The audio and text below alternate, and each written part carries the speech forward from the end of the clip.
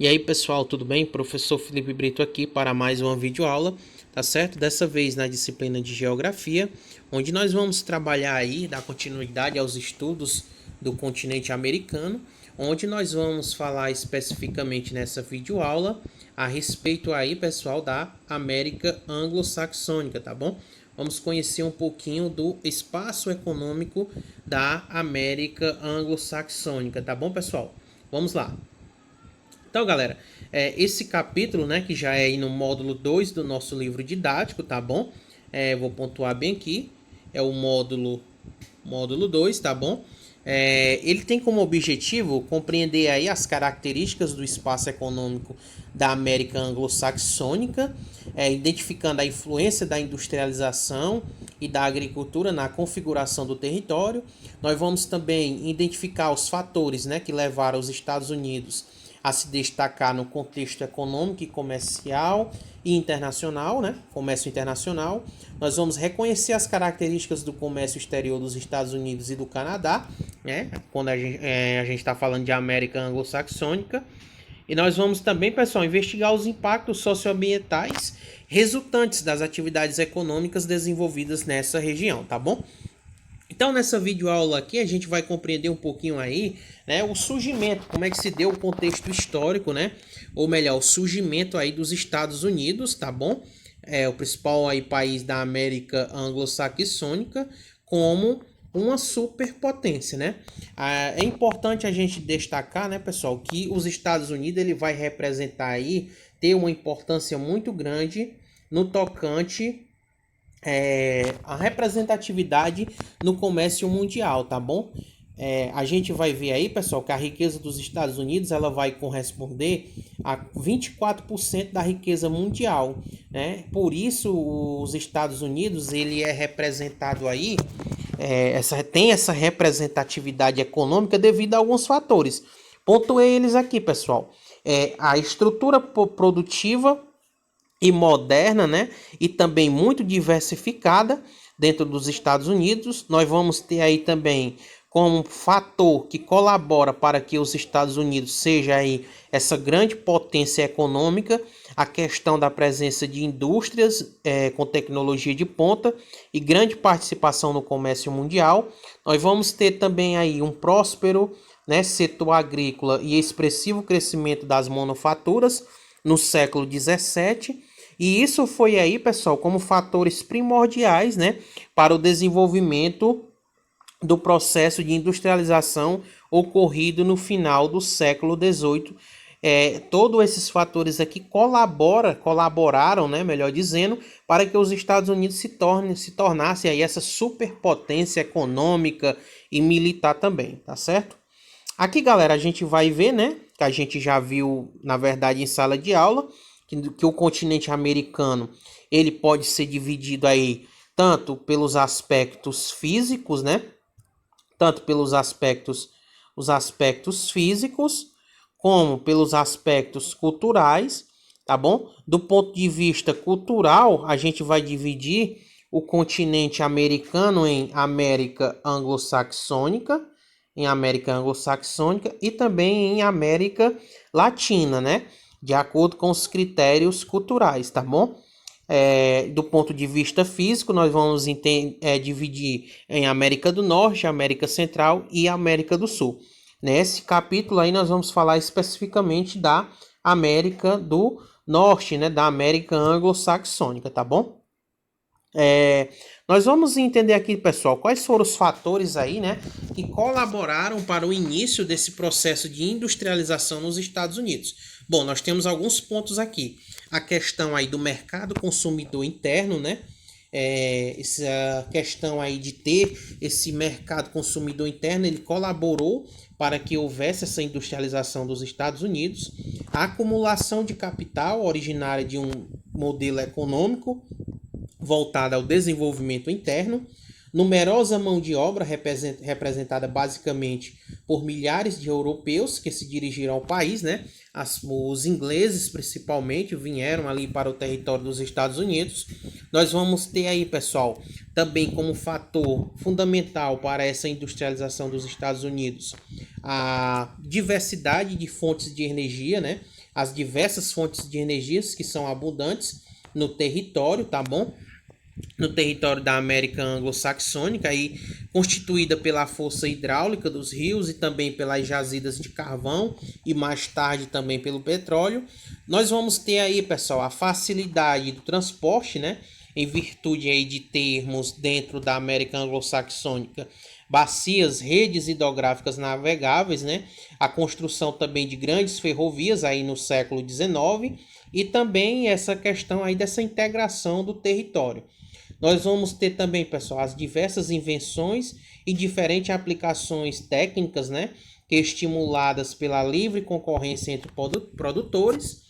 Nós vamos ter também, pessoal, a questão de uma rede urbana com cidades próximas a portos, ferrovias e hidrovias, e tudo isso aí vai facilitar, né? Vai facilitar essa questão da industrialização dos Estados Unidos, tá bom? Passando aqui também, pessoal, nós vamos ver outros fatores que colaboraram para que os Estados Unidos se tornasse essa super potência aí mundial, né? Economicamente, militarmente também falando. A gente já viu esses pontos aqui, a questão do mercado consumidor interno, acumulação de capital, numerosa mão de obra, as fontes de energia, a questão aí da facilidade do transporte, as diversas invenções e aplicações técnicas e uma rede urbana ali bem próxima, né, aos portos, ferrovias, tudo isso colaborou aí para a questão da forte industrialização dos Estados Unidos. Contudo, nós temos que falar também em alguns fatores aí de um tanto históricos, como é a questão aí, né, pessoal, do grande benefício que os Estados Unidos obteve durante a Primeira Guerra Mundial. Durante esse conflito, né, pessoal, os Estados Unidos aí, ele foi o principal exportador de produtos industrializados, né, em virtude da desestruturação econômica e política dos países nesse período. Os países ali da Europa estavam envolvido nesse conflito, né, denominado Primeira Guerra Mundial, aconteceu aí de 1914 a 1918. Então, os Estados Unidos se aproveitou desse momento ali para exportar muitos produtos industrializados. Assim, esses países, né, pessoal, esses países europeus que estavam envolvidos nesse conflito, eles se tornaram ali grandes devedores dos Estados Unidos. E isso foi criando aí um ciclo, né, um ciclo de bem difícil de ser quebrado, tá bom? Então, esse é outro fator importante também, o benefício que os Estados Unidos teve durante a Primeira Guerra Mundial. A gente vai ver também, né, pessoal, que o aumento da produtividade foi obtido porque houve um maior planejamento e racionalização de atividades, o que melhoraria a utilização do tempo e porque as indústrias puderam absorver grande parte da mão de obra pouco especializada. Aqui são mais aí fatores internos, né, que colaboraram também para esse processo de industrialização nos Estados Unidos. E outro ponto aqui, pessoal. Assim, na Segunda Guerra Mundial, os Estados Unidos novamente vai se tornar aí o fornecedor de mercadorias à Europa, né? A gente vai ter o outro conflito aí, a Segunda Guerra Mundial, e os Estados Unidos mais uma vez vai se beneficiar. A gente vai falar ainda aqui, né, pessoal, que depois do pós-guerra, os Estados Unidos aí ele vai se destacar, né, como potência mundial no tocante ao combate do avanço do socialismo soviético, e nós vamos ter aí uma bipolarização do mundo. Nós vamos ter aquele mundo lá dividido, né? Nós vamos ter aquele de um lado o capitalismo e do outro lado nós vamos ter o socialismo, tá bom? Da União Soviética. Nós vamos ter essa bipolarização do mundo, né? Um lado capitalista, de influência capitalista, liderado pelos Estados Unidos, e o outro da então potência socialista na época, a União Soviética, tá bom? Além de dividir o mundo, né, em capitalismo e socialismo, os Estados Unidos vai aí promover investir pesado, melhor dizendo, na questão do setor militar. Por isso que os Estados Unidos, né, considerado aí uma das grandes potências militares do mundo, tá certo? Passando aqui, né, galera, a gente vai ver também outros fatores, né, que durante as décadas de 1950, os gastos aí do governo dos Estados Unidos com a defesa, né, eles passaram a se militarizar, como a gente viu aqui, né, a partir aí da Segunda Guerra Mundial, do pós-guerra, eles passaram a investir pesados em tecnologia e militar. A gente vai ver também, né, pessoal, que os Estados Unidos ele vai criar grupos econômicos aí, agrupamentos econômicos para tentar manter o tempo todo esse poder econômico dele, tá bom? Diante aí da ameaça de outros grupos econômicos, outros agrupamentos de países que também procuravam aí ter um avanço econômico, como é o caso dos tigres asiáticos, né? E também a questão da União Europeia. Então, nesse sentido, os Estados Unidos ele vai aí procurar criar acordos, né? Acordos de comércio, como é o caso do NAFTA, para se fortalecer ainda mais economicamente falando, tá certo? A gente vai entender aqui, só trouxe por curiosidade, né, pessoal, o que seriam esses blocos econômicos, né? Os blocos econômicos são associações feitas por países em busca de maior integração econômica. Entre eles, os blocos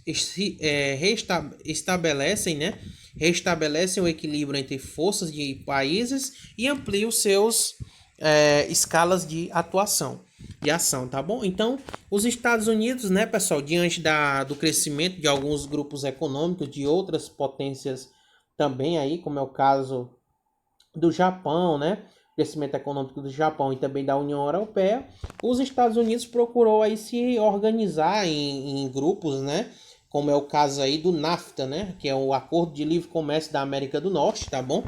Aí aqui embaixo tem um texto explicando um pouquinho.